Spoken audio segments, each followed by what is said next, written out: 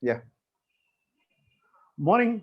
Welcome to another edition of Bits and Banter, where we are going to we'll discuss the thing that has been bothering, puzzling many cricket fans, and not just this year. This has been a bone of contention for the last, say, 10 years or so. The point of cricket commentators, because whenever a series happens, a lot of cricket commentators draw a lot of flack from regular cricket watchers, and the general belief is the quality of cricket commentary has come down for various reasons. I mean, we have been talking about Richie Bino, Tony Greig, the legends. Of course, they have all passed into the dustbin of history. But the personnel that are now available for cricket commentary, they are, for various reasons, drawing criticism from various folks. I mean, Raj, you have been listening to cricket commentary right from its All India radio days. You are in a better position. You have had experiences with a few of them at a personal quarters also, because you have lived for most part of your life in Delhi also. So you are you are in a better position to talk of commentary over a period of time, and also how it is right now. See, for me, cricket commentary or commentary of any sport should actually be entrusted to people who are, uh, I don't know, I mean, who are equanimous, which basically means they don't really take a team's side over another team's side. So where that got messy was when you started having foreign commentators coming in, or you going into a foreign commentary box. So for example, Gavaskar sitting in a Channel 9 box, and when Gavaskar sits in a Channel 9 box, he automatically thinks that he needs to support the Indian team with whatever is happening. That is not really true. If a catch is dropped, a catch is dropped. That's all. You allow, see, and let me go back a little bit. So talk about the cricket commentary when we used to sort of wake up early morning and listen to the radio, Anand Setalwards and all these people on radio, and we used to sort of catch the commentary. Radio commentary needs to be much more descriptive, because obviously you can't see what is happening. Today on We get television, it. yeah, today on television you can see everything, right? You don't need to say shout when the ball is hit for a four. Don't spoon feed. Yes, don't spoon feed. And that is one part. Second part is, the first part is obviously the commentators maintaining their equanimity, maintaining objectivity, and not really being with one team or the other. That is one part. And the second part is, which is even more irritating today, is where commentators are not on the ground, they're sitting somewhere and commentating. So the classic one, I would remind you, all of you, I'm sure many of you would have seen that and watched that, and I don't know how many of you reacted to that. I found it funny, I laughed. When Rishabh Pant hit the ball, the winning run in Brisbane, uh, he had to take a single so that he retained strike. So when Pant came back, Sanjay Manjrekar was saying, "Oh, this is good because now Saini doesn't need to take strike," and the damn ball went for four. But If you just to cut in some slack, the Australian commentary, because I checked in the highlights, the Australian commentary was also, I mean, the Australian commentator also couldn't see. I mean, though he might have been in the stadium, he couldn't see that it was going to a boundary. yes, yes. So the point there is that, so you are one way or the other. I mean, Tony Greig was excitement. Tony Greig, to me, Tony Greig is on one side and Richie Benaud is on the other. If you think about two diametrically opposite set of commentators. One of master of hype, another was master of understatement. Yes, master of silence. So, so when you Silence. see, look at these two guys, the beauty is that both of them are essential in a commentary box. I don't dispute that. What is important is They complemented it. they complement each other. The point is that you need to sort of keep away from the what do you say? I mean, the action. Then it needs to be a detachment between you and the game, which is where the old former players coming in has actually added and subtracted both. It sounds very weird when I say that. Former players come with their biases, and they are very strong. But That I Raj, say. I'll see, detachment is one thing, but you need some excitement in the commentary box. See, somebody like Ian Bishop, who is respected, who has a terrific way with words, as well as cricket insight is terrific. But his excited words, remember the name, remember Carlos Brathwaite. Yeah, So yeah. that moment of excitement was needed. I mean, that moment is now etched in history because of those words from Ian Bishop. So I'm not one for total detachment. There has to be some kind of an excitement. You can also go back to the World Cup finals where Ian Smith's words, where when the super over ended and his exuberance was important to for the occasion. Even back home, some of the times, I mean, when you look back, some of the better moments of Indian cricket is etched in our memory because those words are attended by the voice of Ravi Shastri. Yeah, I agree. So those things are needed also. See, they are needed. See, they are not. They. My mind is they complement each other. See, they are not. See, the point is that the excitement is of the game. Okay. See, if you look at it, if you see whether it is Ravi. See, if imagine a scenario where Ravi Shastri is commentating and the other team is winning, Ravi Shastri's voice will still be at that pitch. Tony Greig's voice will still be at that pitch. Bill Lawry, his voice is always at that pitch. You have no idea what is happening. It's all happening at the Sydney cricket ground here. It's always there. See, those are the beautiful parts of it. I will never take that. Or you can't have a scenario where, I mean, there used to be a commentator. I don't want to name him. I think he's probably also gone into the history books. So one of the matches where I was watching, he just uttered 3 words: Zahir Abbas, Madan Lal, Mohinder Amarnath. That's all. Basically, Zahir Abbas hit the ball, went to Madan Lal picked it up and threw it to Mohinder Amarnath, or one of these. Rest of it, so the idea is you're watching it. No, I don't want that. That is horrible. What I'm saying here is that discussion, see, you need to have a discussion about what is happening on the field. Your opinion is valid because you've been there, done that many times.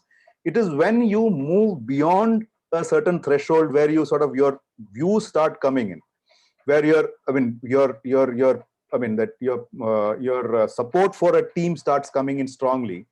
That is when the problem comes in. And this happened quite a bit in Australia, India, for example. Yeah, because you're right.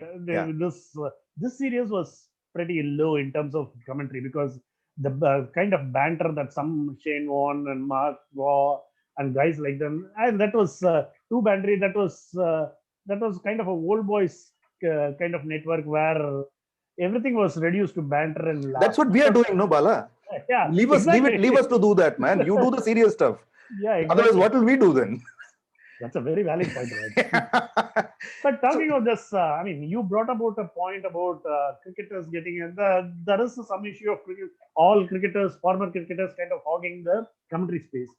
But now it's something else is also happening because we all have our views on that. Former cricketers, forget about former cricketers. Present-day cricketers are also getting into commentary space.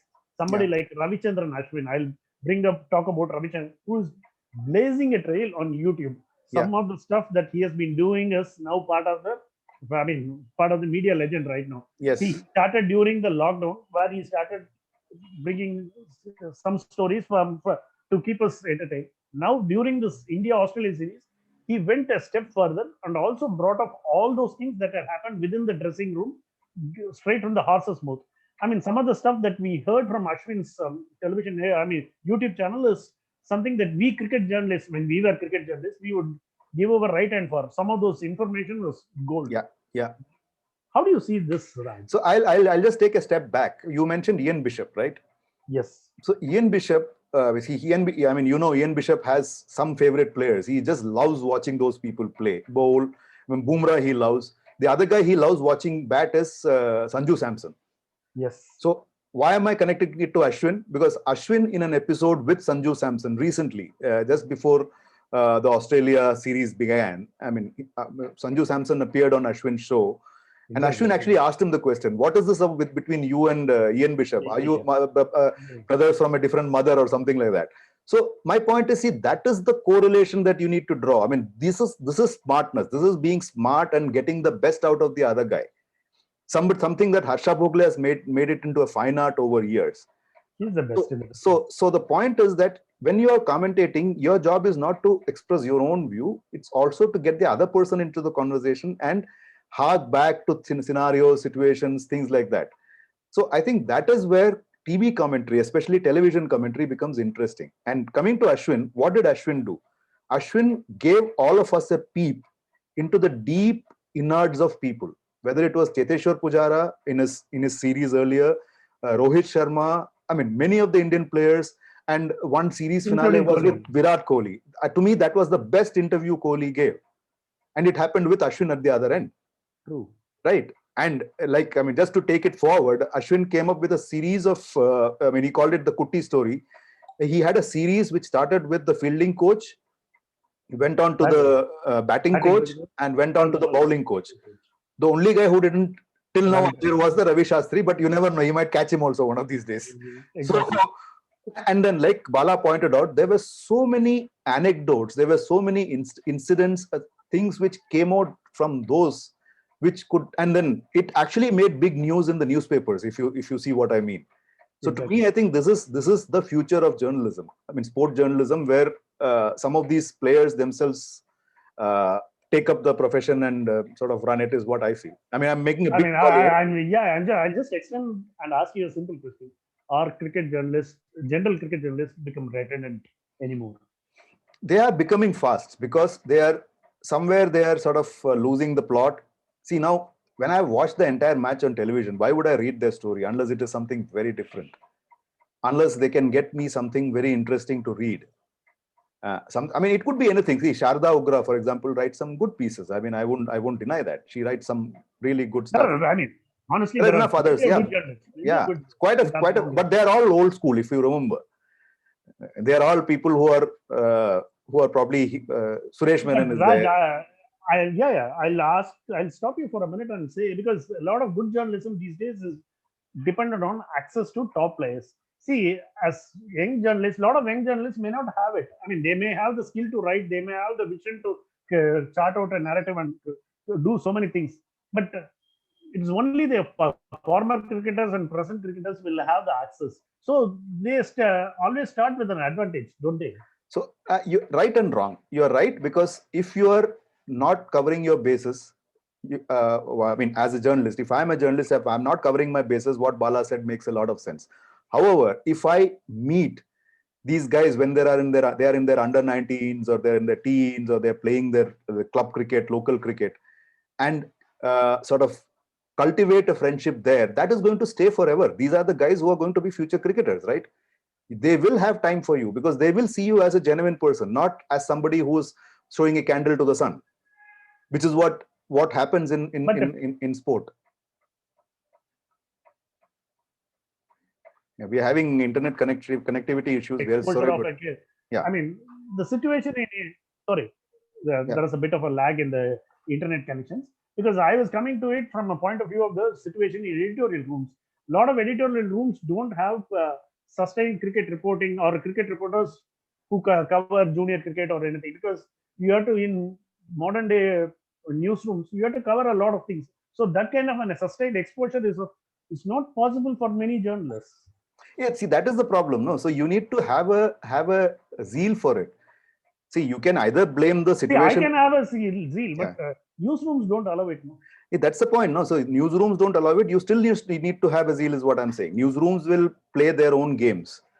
But the point is that how do you cultivate sources as a journalist? We are actually I think probably diverting slightly.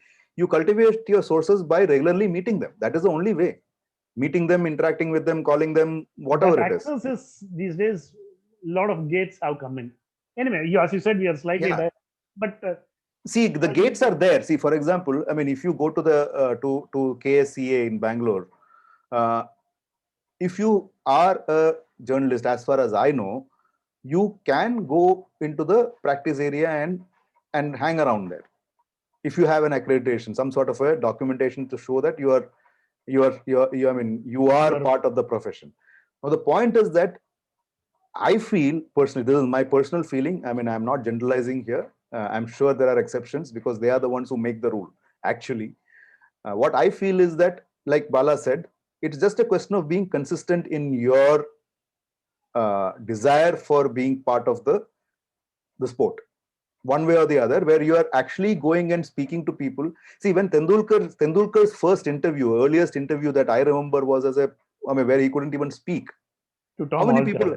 Yeah, how many people actually could realize that he's somebody in the making? So and these instances are so many, because I remember during the school days and all, when somebody has scored very well in the local inter-school tournaments, they would actually scan the papers the next day to see if there is any mention of theirs, and that's not there. So which is typically the problem of the media also, is what I'm saying. See, Tom Alter, who was just a cricket enthusiast, he happened to do a show. He was not a journalist. So you actually sort of validate my point in a way. No, my point is also that because modern day newspaper situation doesn't allow for that kind of a sustained exposure. Yeah, I think it's even at whose doorstep do we place the blame? I don't know. I will refrain from saying that. What I will say is that consistency of approach, where you are actually sort of finding somebody, you sort of watch somebody playing a local match and say, you know what, this guy is destined for greatness. Let me follow up this fellow and see what is happening. That is where you get your stories. So Sanju Samson's case, for example, I don't know how many people knew. I knew it. I was aware of it. Sanju Samson's father used to be in Delhi police. Yeah. But how many people knew that? I mean, everybody thinks he's from Kerala. He is. I mean, he was, but then he played for the first 10, 12 years in Delhi. And then he left for Kerala, and then started playing for Kerala. And I mean, such cases are so many. I mean, how many people know what Washington Sundar was doing till he suddenly stole the limelight? Now Washington Sundar is big. You and I might know because we diligently followed. But how many people followed? That is my question. Yeah, his father has been around. He played for those stories are his sister is a cricketer, right? Shailaja is a cricketer. So how many people know that? So my point is, I think it is because of this that the redundancies are setting in, not because see, today the two people we mentioned, Ashwin, there is also Virendra Sehwag, who was hilarious. And Yuzi Chahal. Chahal made it his own, staying in the team, doing it for BCCI TV. So I'm saying that there is the scope aplenty. It is just that I think people need to just step up and say, you know what, this is available. But I think hats off to Ashwin. I'll say that. Because exactly. And what makes it very, very interesting is he presents it in a manner which is easily relevant. Much of it is in Tamil, which is understandable. That is his mother tongue. And he also infuses it with a lot of Kollywood and Tamil film references, which is what works in the Tamil milieu. So he gets the journalistic part because he understands what works as a media person. He understands it is not just all about cricket. He presents it in a manner which is available to the least common denominator. Correct. Which is pretty smart of him. It's same thing Sehwag does. If you look at Sehwag's show, he does the same thing. He also brings in a lot of Bollywood. He brings in a lot of other stuff. And the only difference is that Sehwag's show, I have not come across where Sehwag is actually talking to somebody else. It's usually Sehwag.